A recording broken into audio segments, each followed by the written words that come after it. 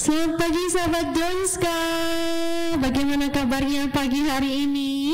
Jumpa lagi bersama saya Nana, menyapa sahabat Dronska semua dalam bincang-bincang sama doi bersama narasumber hari ini yang spesial. Sudah ada di sebelah Nana, ada Dr. Budi Santoso, Master of Public Health. Bagaimana kabarnya Dr. Budi?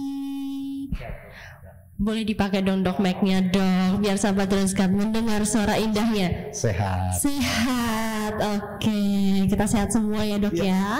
Oke sahabat Dronska, pagi hari ini dalam rangka memperingati Hari Keselamatan dan Kesehatan Kerja K3 sedunia yang kemarin kita peringati pada tanggal 28 April 2022. Nah, hari ini kita akan membahas lebih dalam bersama Dr. Budi mengenai kesehatan dan keselamatan kerja pada era new normal. Nah, untuk sahabat Dronska yang sudah bergabung, sudah join bersama kami di Instagram Live Dronska, bisa langsung menyampaikan pertanyaan atau menyapa Dr. Budi, boleh memberikan pertanyaan, boleh, nanti kita akan jawab ya dok ya di kolom komentar. Karena apa? Karena akan ada giveaway menarik untuk sahabat Dronska yang beruntung dan akan kita umumkan besok di hari Minggu. Seru banget kan dok?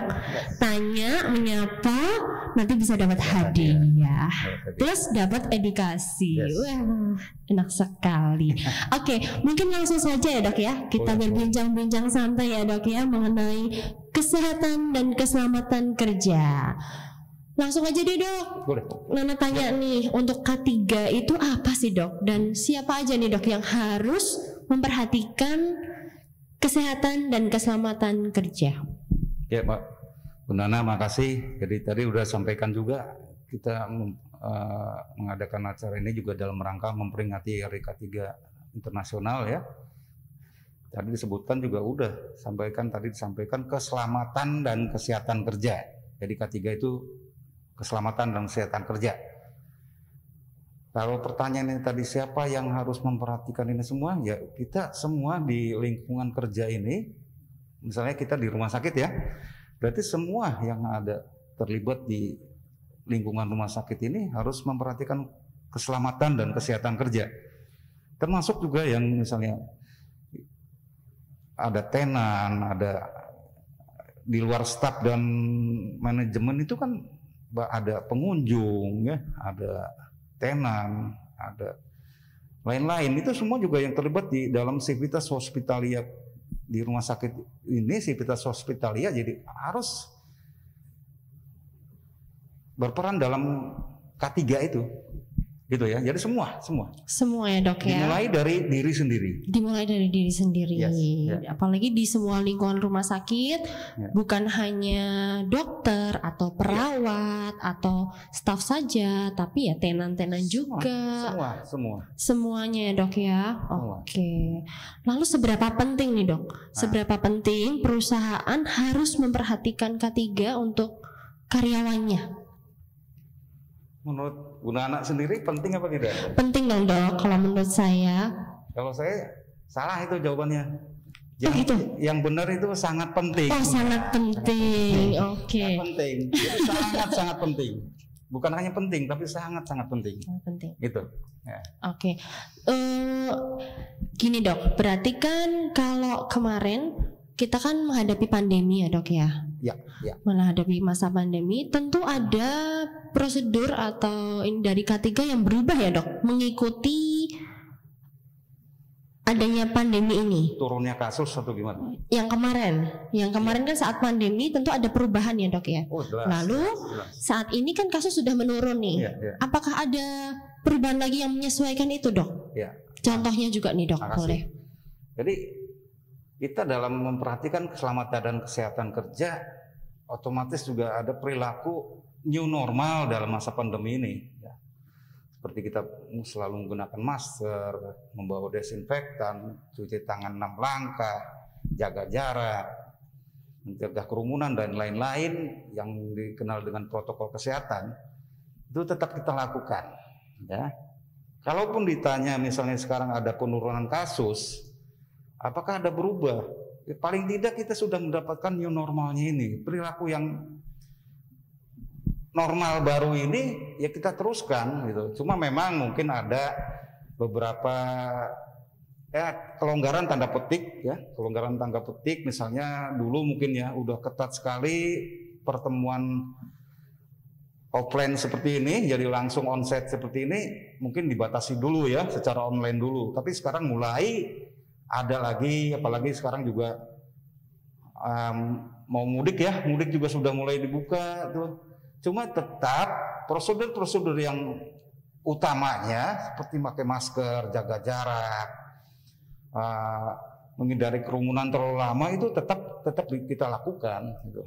Apalagi bagi yang mungkin mempunyai penyakit penyerta, ya belum vaksin itu riskan kalau tidak melakukan itu. Ya kita juga yang sudah divaksin, sudah vaksin sampai berapa kita ya? 3 ya kalau saya booster sekali. Itu ya tetap menjaga prokesnya diperhatikan, tetap ditegakkan prokesnya itu, protokol kesehatannya. Jadi tadi sekali lagi waktu sebelum pandemi, bagaimana kita dengan pandemi kita new normal, perilaku baru sesudah menurun juga tetap dilaksanakan, walaupun mungkin ada beberapa yang tadinya hanya bisa online tapi sekarang mulai bisa offline. Itu aja paling. Tapi yang secara yang lainnya yang garis besarnya tetap masih sama. Ya. Oke, berarti kurang lebih gini ya dok ya, dulu kan sebelum ada pandemi kita cuci tangan kurang rajin gitu ya, mungkin maksudnya tidak begitu memperhatikan cuci tangan atau menggunakan masker. Lalu saat pandemi kita kan ketat nih dok ya prokesnya. Lalu setelah ini masa era pandemi atau era new normal, kita tetap harus melanjutkan itu ya dok ya, perilaku-perilaku baik itu tetap harus dilanjutkan. Begitu ya dok kurang lebih ya. Ya, sebagai warga rumah sakit ya kita kalau cuci tangan 6 langkah sih itu pandemi tidak pandemi itu wajib. Selalu wajib karena ada ketentuan wajib dalam misalnya 5 momennya ya. Cuma yang tadi saya katakan perilaku yang normal baru ini, normal baru ini ya bisa terus dilaksanakan. Jadi mungkin ke depannya juga walaupun misalnya pandemi udah jadi endemi ya. Itu suatu saat juga mungkin pertemuan-pertemuan yang kita tidak bayangkan sebelumnya lewat Zoom, lewat apa, itu justru mungkin masih bisa diteruskan. Karena coverage-nya banyak. Jadi kalau misalnya ini kan 100, 200, 300 orang, tapi kalau misalnya coverage-nya bisa sampai Indonesia, sampai seluruh dunia bisa mengadakan melalui online. Ya. Gitu ya. Jadi yang baik tetap diteruskan. Iya, setuju sekali. Wow, dok ini sudah banyak pertanyaan masuk nih dok dari sahabat Dronska. Langsung saya bacakan satu-satu ya dok ya. Kalau bisa saya jawab ya. Dari my_savana.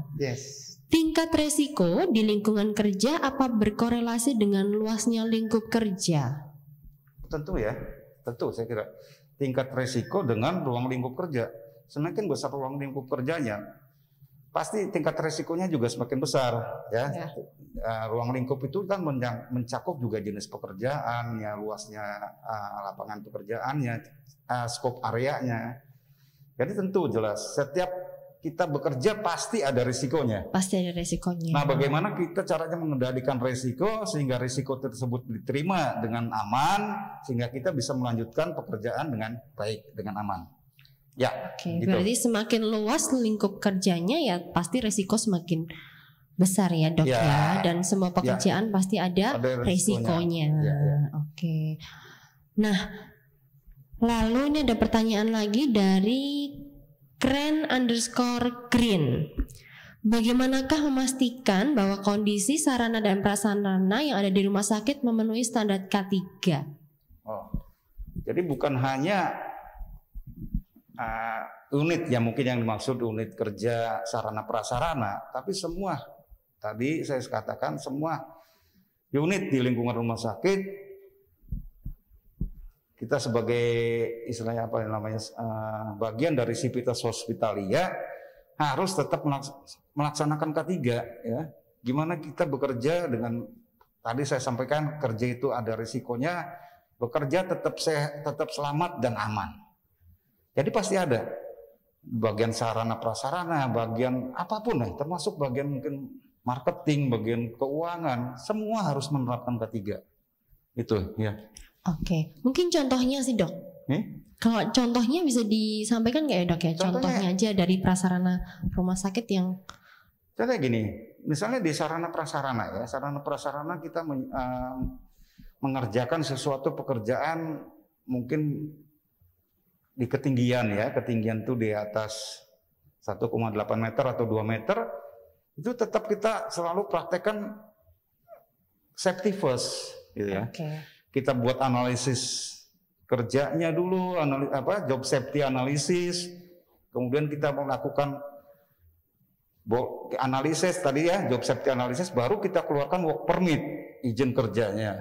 Apakah nanti mungkin ada supervisornya yang mengawasi, kemudian menggunakan APD yang sesuai. Jadi semua pekerjaan tetap ada menerapkan K3. Itu di bagian sarana prasarana. Kalau bagian lain pun ada tetap ya. Mungkin bekerja di confined space ya, di tempat yang tertutup juga itu mungkin perlu mana-mana yang perlu dianalisa pekerjaan terlebih dahulu.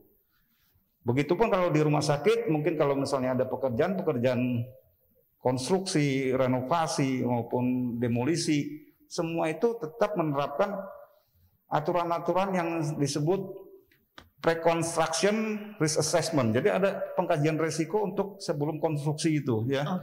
Jadi bagaimana nanti mungkin debunya itu nanti bisa terbang kemana-mana, kita antisipasi. Bagaimana nanti mungkin kebisingannya kita antisipasi dan lain-lain semua. Jadi pekerjaan itu dilaksanakan aman untuk yang pekerja, aman untuk semua. Gitu ya? Iya, siap dok. Jadi sebelumnya memang sudah dipersiapkan ya dok. Persiapkan. Karena sekali lagi mengingat bahwa setiap pekerjaan ada risikonya. Masalahnya risiko itu bisa kita kendalikan apa tidak? Ya. Dan tidak hanya risiko untuk si pekerja itu sendiri ya dok ya, tapi untuk lingkungan sekitar juga yang itu juga harus diperhatikan. Bayangkan kalau misalnya di situ ada pekerjaan, kita lewat ke situ, ngerti-ngerti kepala kita ketiban palu atau ketiban batu, semen, paku. Itu bahaya banget ya dok ya. Makanya itu diantisipasi semua. Ya. Siap dok. Jadi memang harus diperhatikan sebelum mulai ya dok ya. Jadi sudah faktor risiko itu sudah dicatat dan dikendalikan supaya tidak terjadi begitu ya dok kurang lebih. Wow. Ini ada lagi dok pertanyaan dari Lucky_0908. Hal apa saja yang harus dipersiapkan para pekerja sebelum memulai bekerja di proyek? Ya, tadi mungkin sudah saya singgung sedikit ya tadi ya dok ya. Terutama bagi pekerjaan yang mengandung risiko tinggi. Betul. Seperti tadi bekerja di tempat ketinggian, di confined space, mungkin tentang kelistrikan yang risikonya besar. Tapi walaupun bagaimana tadi saya sampaikan bahwa setiap pekerjaan mesti ada risikonya. Paling tidak kita udah persiapkan diri kita dulu bekerja itu dengan aman. Dengan aman kita tahu lingkungan kerjanya seperti apa, pekerjaannya seperti apa. Sehingga ya tetap aman untuk kita dan aman untuk semua. Ya. Caranya gimana? Seperti gampang. Kita melaksanakan apa yang diwajibkan ya, dan tidak melanggar apa yang tidak boleh dilakukan gitu. Itu aja. Prinsip untuk sehat, untuk selamat dan sehat. Disiplin ya dok ya. Disiplin itu bagian dari K3. Ya, itu dia kuncinya disiplin ya. Jadi sudah ada faktor resiko yang sudah diperhatikan oleh bagian K3. Jadi kita yang melakukan ya harus disiplin melaksanakan itu, betul gitu ya dok. Melaksanakan apa yang diwajibkan dan tidak melanggar atau tidak melakukan pekerjaan yang bukan mungkin yang tidak boleh dilakukan ya, atau bukan kompetensi kita ya. Oke. Ya. Kita lanjutkan ya dok ya. Prosedur K3 itu sendiri dalam lingkup kerja apa harus terus diperbarui tiap tahunnya dok? Nah, itu kita juga memang punya program K3 ya. Nah kita lihat dalam setiap tahun membuat program itu mana yang kira-kira ada evaluasi juga kan? Ya. Jadi pasti ada kita evaluasi mana yang perlu kita perbaiki, mana yang kita perlu tambahkan. Kita berusaha untuk memperbaharui terus, sehingga program itu up to date dengan keadaan kita saat sekarang ini ya. Sekarang ya, saat ini. Jadi tadi jawabannya akan terus diperbarui menyesuaikan kondisi saat ini. Jadi selalu update dan tidak ketinggalan zaman istilahnya gitu ya. Ada evaluasi ya. Ada evaluasi. Kita lanjutkan ya dok ya. Ini dari Miracle 1904. Dok, bagaimana pertolongan pertama saat pekerja mengalami insiden kecelakaan saat bekerja? Berarti contohnya nih dok. Kalau ada pertolongan pertama yang harus dilakukan jika ada insiden. Ya. Nah, boleh dijawab. Jadi kalau mungkin itu dari siapa tadi, Mas? Dari Miracle. Miracle ya. Mungkin kalau di lingkungan tempat kerjanya bukan di rumah sakit atau secara umum saja, kalau disarankan juga kan kita mempunyai P3K ya, kotak P3K. Kalau kita sih mudah aja, kita langsung di rumah sakit, langsung misalnya ke UGD ya. Tapi paling tidak kita mengetahui pertolongan pertamanya. Tergantung insidennya, misalnya insidennya perdarahan atau luka atau apa, paling tidak kita tahu cara menghentikan pendarahan dulu sebelum dibawa ke yang lebih kompeten ya. Kalau kita kan ke UGD. Tapi kalau misalnya ada yang misalnya insiden matanya kemasukan apa, gimana caranya mencuci matanya dengan kita punya e-washer kan? Kita di setiap lingkungan kerja kita itu sudah beberapa terutama yang beresiko untuk terjadinya pajanan ke mata ada e-washer. Bagaimana e-washer, bagaimana mencuci luka yang baik, menghentikan pendarahan. Paling tidak kalau misalnya nanti ada yang lebih kita sudah perlu tindakan lebih lanjut, kita bawa ke IGD. Tapi kalau misalnya tadi di luar rumah sakit, ya paling tidak bisa melakukan pertolongan pertama pada kecelakaan sebelum ke tingkat selanjutnya bila perlu gitu. Oke, jadi contoh saja ya dok ya, jika memang itu insidennya mungkin mengakibatkan perdarahan, maka ya segera adanya P3K di situ kita hentikan dulu perdarahannya. Iya, paling tidak kita tahu cara balut tekan, balut tekan tuh jadi menghentikan perdarahan. Berapa menit, jangan sampai perdarahan itu terus sebelum dibawa ke tingkat ke puskesmas atau ke rumah sakit malah bleedingnya masih berjalan gitu. Kalau bisa udah berhenti dulu. Masalah nanti mungkin bisa dibalut yang balutnya balut tekan lah, misalnya balut tekan untuk menghentikan perdarahan. Ya, saya kira perlu memang pelatihan P3K di tingkat lingkungan kerja masing-masing. Oke. Baik dok. Lalu ini mungkin untuk kebakaran nih dok. Tadi kan pelatihan kita kan setiap perusahaan tentu ada ini ya sendiri-sendiri ya dok ya. Kalau di rumah sakit kan tentu untuk perdarahan dan lain-lain kan kita dekat nih ya. Mungkin kalau yang umum nih dok, mungkin kita bahas sedikit. Di tempat kita itu kan ada pelatihan kebakaran ya dok ya. Nah mungkin bisa sharing sedikit nih dok. Gimana supaya nanti teman-teman sahabat Droska di rumah juga tahu nih. Ternyata rumah sakit selain medis atau kesehatan, kita juga pelatihan kebakaran dan hal-hal lain yang memang perlu kita ketahui ya dok untuk mencegah hal itu. Oke, benar. Jadi kebakaran itu suatu peristiwa yang kita tidak inginkan, risikonya cukup atau mungkin sangat besar. Makanya di lingkungan kerja kami di rumah sakit, kita senantiasa mengadakan pelatihan-pelatihan yang berkenaan dengan paling tidak minimal cara memadamkan api dengan APAR ya. Kemudian kesiapan dari kita semua menghadapi misalnya terjadi kebakaran dengan kita mengadakan simulasi. Kita sering mengadakan simulasi di mana itu kita namanya disebut kode merah. Kode merah. Tapi kalau mungkin di perusahaan lain kebakaran, kalau misalnya ada insiden kebakaran paling tidak bisa menggunakan APAR, alat pemadam api ringan. Betul. Yang tentunya APAR-nya disesuaikan juga dengan jenis apinya. Mungkin kalau apinya dari listrik atau minyak, lebih banyak ke arah yang CO2 ya. Kalau yang lainnya mungkin cukup pakai powder gitu ya. Okay. Di kami juga seperti itu, disesuaikan dengan lingkungan pekerjaannya. Kira-kira kemungkinan apinya dari mana gitu, kita sesuaikan. Oke, jadi kita ternyata selalu ada simulasi ya dok ya. Kita ada pelatihan juga. Setiap karyawan rumah sakit di tempat kami itu harus bisa menggunakan APAR. Betul sekali. Kemudian pelatihan intinya yang lebih besar juga itu nanti mungkin kita biasanya kita mengundang dari pemadam kebakaran, misalnya apinya lebih besar, bagaimana kita semua harus pernah dan tahu cara menggunakan APAR. Ya. Untuk melatih supaya kalau terjadi bencana yang tidak kita inginkan ya dok ya, kita berdoanya ya semua aman. Tapi simulasi itu perlu untuk kesiapan kita juga ya dok. Jadi dia kesiapan kita untuk menghadapi bencana atau insiden yang kemungkinan bisa terjadi. Itu benar. Oke, terima kasih dok. Lalu pertanyaan lagi dok dari saya.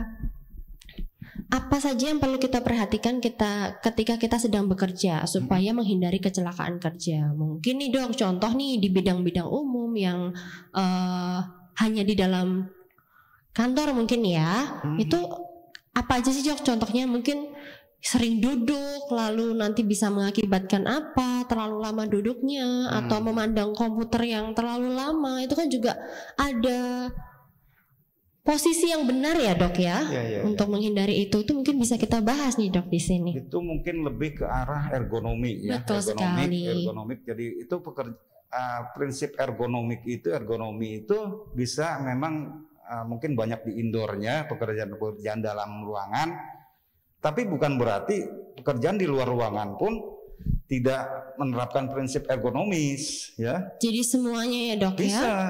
Bisa semua, mungkin yang kalau kita pernah lihat Queen Guard itu, kalau yang pengawal ratunya di Inggris itu kan dia berdiri lama gitu kan. Iya. Itu juga kalau nggak tahu prinsip ergonomis mesti gampang capek. Oh gitu ya dok ya. Iya. Oke. Ergonomis sendiri artinya sebenarnya artinya luas ya. Cuma secara sederhana bisa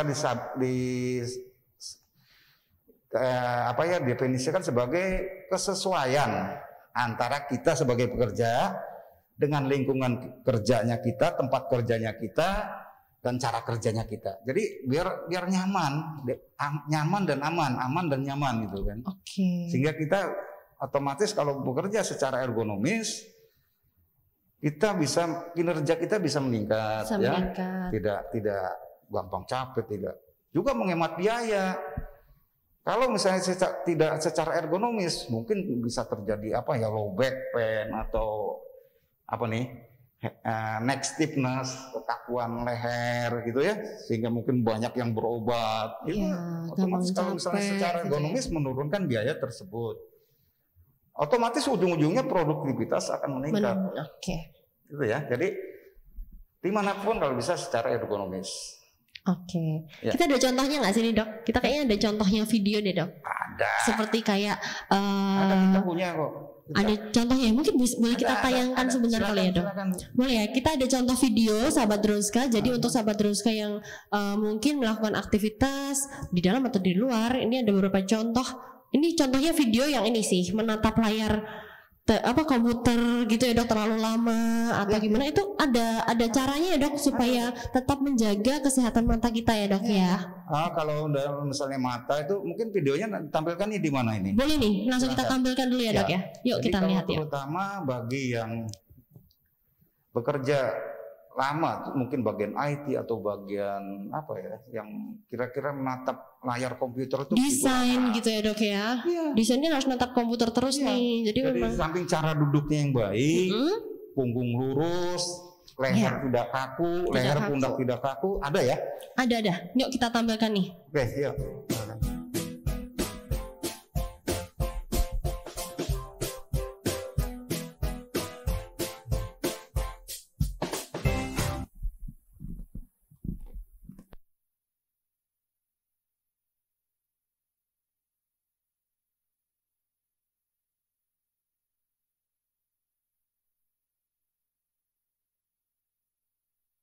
Oke, sambil nunggu videonya ya dok ya. Tadi kan ada cara duduk yang baik nih dok. Gimana sih dok cara duduk yang baik itu dok? Kita supaya tidak mudah capek nih dok. Misalnya gini ya. Yang kita duduki dengan Ya, meja. Oke.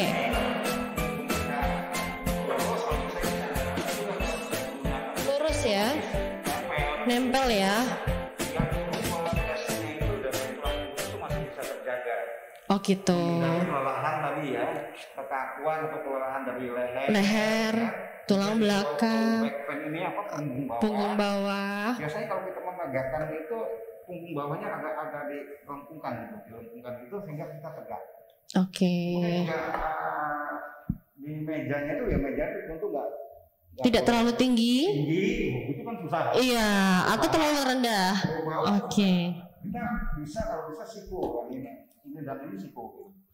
Kemudian kita menatap komputer, misalnya menatap komputer dalam jangka waktu lama, tentunya tadi monitornya jarak pandangnya kita ya 45, 50 sampai 55 itu kita nyaman, tidak terlalu terang screennya layarnya tidak terlalu gelap.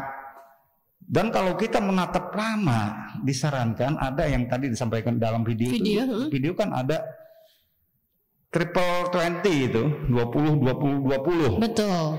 Jadi dalam arti setiap 20 menit kita menatap layar komputer itu disarankan untuk jeda 20 detik untuk mengarahkan pandangan ke tempat lain yang jaraknya minimal 20 kaki 6 meter. Oh gitu. Jadi kalau kita udah 20 menit nih, kita mungkin lihat komputer 20 menit ya dok ya? Ya, ada alarm atau apa timernya. Kita berhenti 20 detik mandang ke depan kemana lah yang sejauh minimal 6 meter gitu. Sehingga mencegah kelelahan mata. Okay. Orang kalau udah lelah mata nanti bisa menimbulkan refraksi matanya terganggu, kemudian juga mungkin nanti gampang capek, gampang ngantuk. Jadi intinya secara ergonomis duduk lama atau itu ya diterapkan dengan prinsip ergonomis tersebut.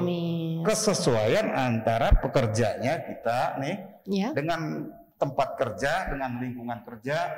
Tentunya kalau lingkungan kerja harus tadi nggak boleh terlalu gelap atau terlalu terang ya, nggak terlalu bising. Tadi juga dengan komputernya diatur jaraknya terlalu rendah, terlalu tinggi. Semua deh, sehingga kita nyaman dan aman dan nyaman. Aman, nyaman, kinerjanya juga semakin baik ya dok ya. Oke, ternyata tadi sudah terputar dok video sudah dok. Oke, kita lanjutkan ya dok ya. Oke, boleh. Oke, kita lanjutkan. Tadi kan sudah dok ergonomi, posisi ergonomi duduk, lalu memandang komputer, berdiri lama juga. Kalau untuk mengangkat barang nih dok, kan banyak ya dok ya. Mengangkat barang itu tidak hanya kita lakukan saat di kantor atau pekerjaan kantor, di rumah pun sahabat Druska pasti ngangkatin barang nih, ngangkat galon air atau kardus-kardus. Nah, itu ada tips nggak sih dok buat sahabat Druska di rumah supaya menjaga posisi ergonomi nih? Sebenarnya sederhana. Jadi tadi nggak hanya mengangkut atau mengangkat barang, memungut, mengambil barang yang di bawah pun gitu ya, prinsipnya ada ergonominya ya dok ya? Ada, kakinya ditekuk. Jangan lupa kalau tidak ditekuk itu nanti ini kena nih. Punggung belakangnya dok ya? Ini bisa orang sebut mungkin nanti low back pain atau penyakit sekitar sendi di sini itu bisa terjadi kalau tidak ditekuk. Makanya tekuk, jangan ragu untuk menekuk lutut. Boleh kita praktekin nggak sih dok di depan sini? Boleh. Yuk dok, biar seru nih kita praktek di depan sedikit aja, berdiri aja ya. Kita mengambil apa? Contoh ini ada bolpen nih. Oke. Mengambil apa nih ya? Ya kita kalau gini kena nih. Punggung belakang ya dok ya? Paling enggak gini lah. Oh, jongkok dulu. Berani jongkok. Ya. Oke, jadi yang dimaksud ditekuk itu gitu ya dok ya? Ditekuk lututnya. Apalagi mengangkat barang yang berat. Angkat barang ini enggak ditekuk sempurna, bisa berbahaya bagi punggung bawah. Oke. Berbahaya. Jadi sekali lagi ditekuk baru diangkat. Oke dok. Terima kasih Dokter Budi contohnya. Oke, sahabat Droska, hari ini banyak banget ya edukasi yang kita dapat selain kesehatan dan keselamatan kerja di era pandemi. Untuk di perusahaan-perusahaan, di rumah pun juga tetap harus dijaga posisi ergonominya supaya sahabat Droska tetap aman dan sehat semuanya badannya. Oke, kita lanjutin dok. Tadi kan Nana juga masih mau tanya nih dok, contoh nih dok untuk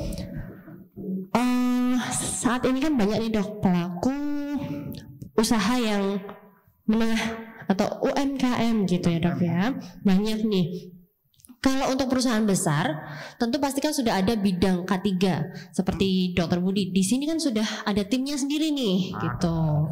Nah, kalau untuk teman-teman kita yang mungkin pelaku UMKM ini yang masih kecil atau masih berproses, itu kan belum ada nih dok. Kira-kira apa aja sih dok penyesuaian K3 yang tetap harus diingat gitu?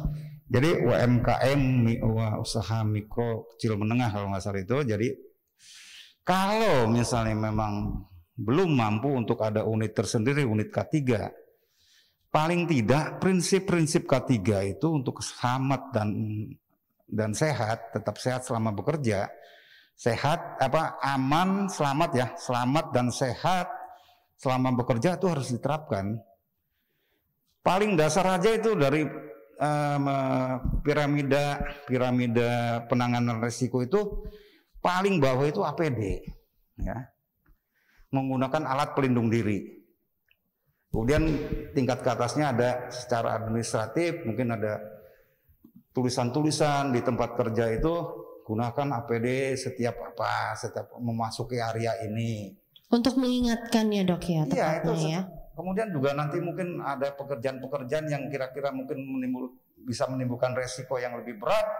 Mungkin alat-alatnya secara rekayasa engineering ya, tingkat pengelolaan resiko yang lebih atasnya bisa diadakan kalau mampu gitu loh. Sehingga prinsipnya itu semua pengendalian resiko itu prinsip-prinsip K3 harus dilaksanakan.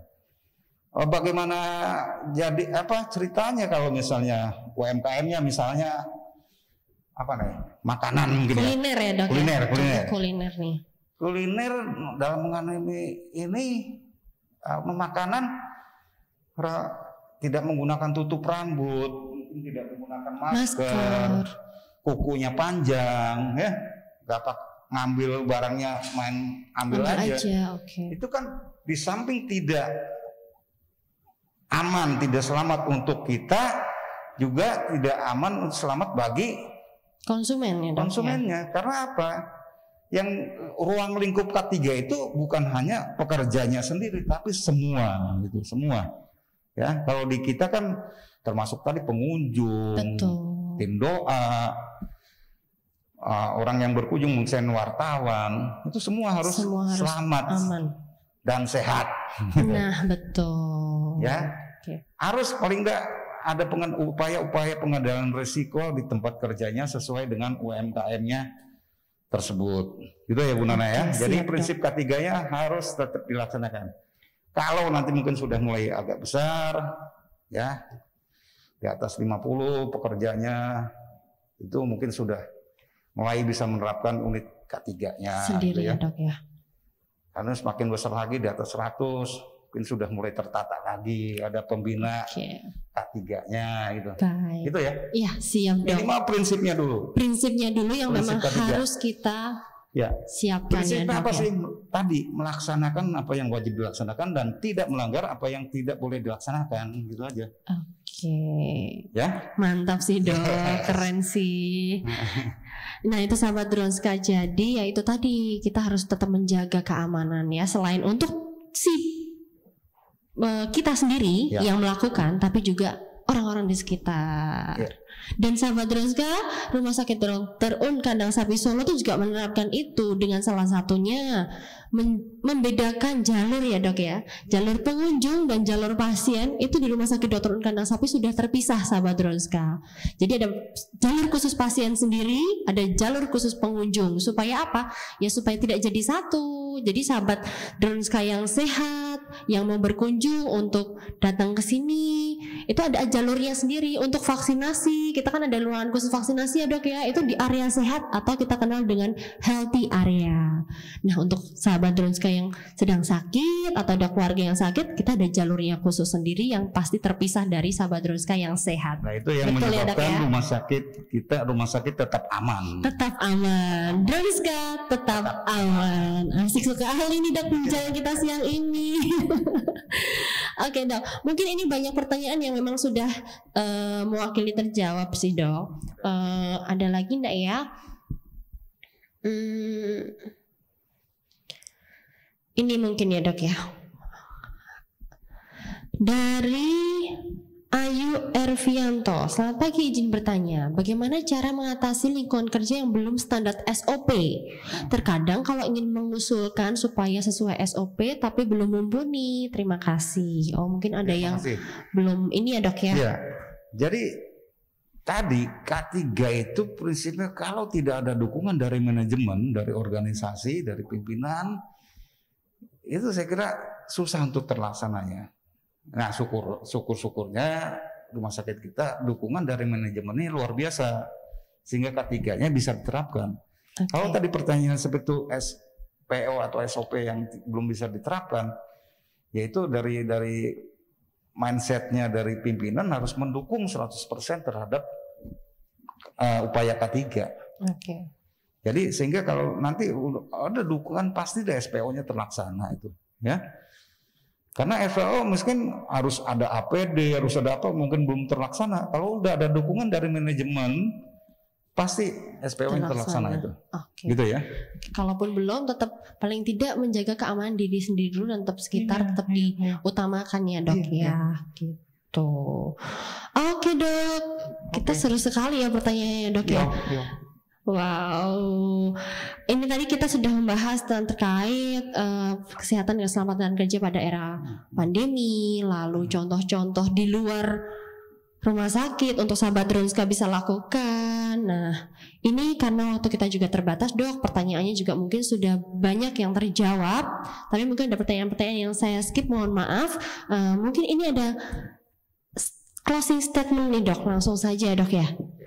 Untuk sahabat Droska di rumah, untuk tetap menjaga kesehatan dan keselamatan kerja, walaupun tadi mungkin belum ada SOP-nya, atau mungkin ada pesan nih dari Dokter Budi untuk kita semua.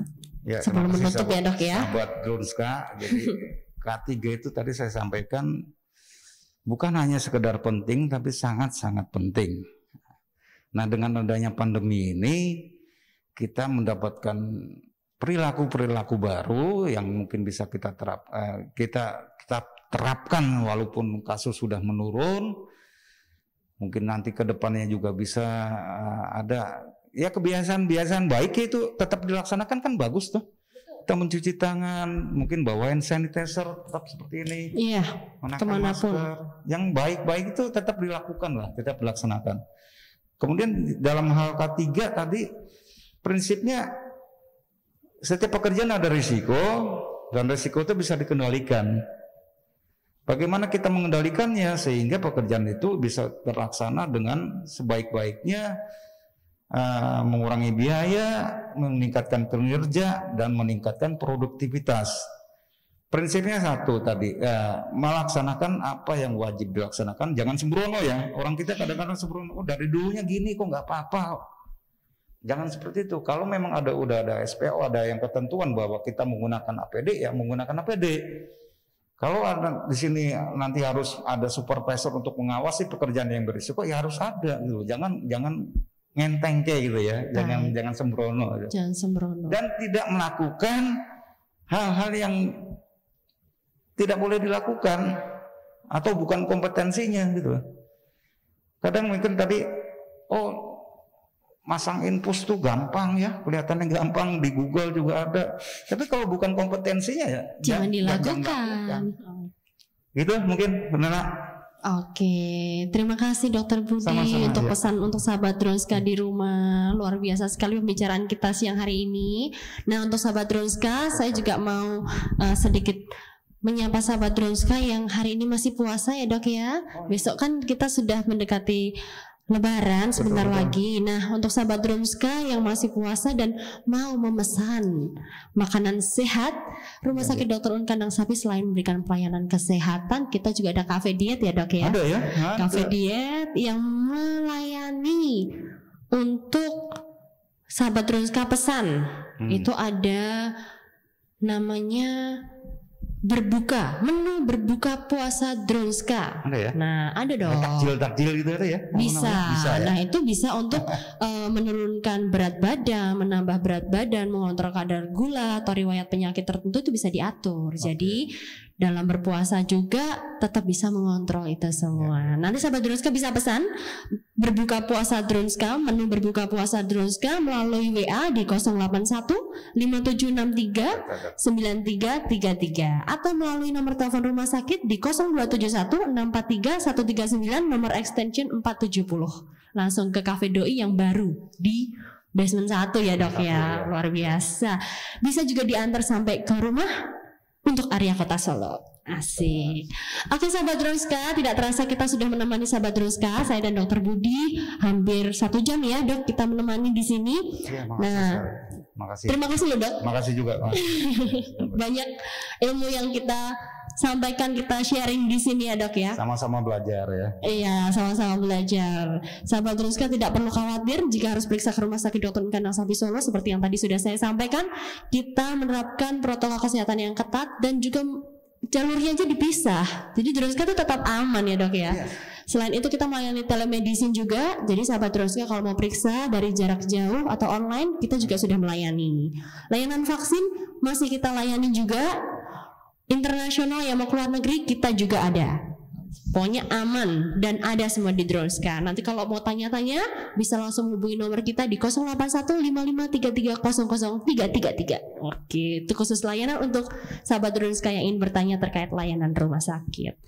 Oke, sahabat Dronska, sebagai penutup ya Dok, sebelum kita undur diri, saya tetap mengingatkan untuk sahabat Dronska menjaga kesehatan, mencuci tangan, jaga jarak dengan orang lain, tetap pakai masker. Kita berdoa semoga wabah virus corona ini juga segera berakhir. Oke. Untuk sahabat Dronska, besok jangan lupa dicek IG-nya Dronska karena pemenang yang beruntung hari ini akan kita tayangkan besok siang. Oke. Di akhir kata saya undur diri bersama Dr. Budi. Terima kasih sahabat Dronska yang menonton. Sampai jumpa di acara bincang-bincang sama doi selanjutnya. Dah.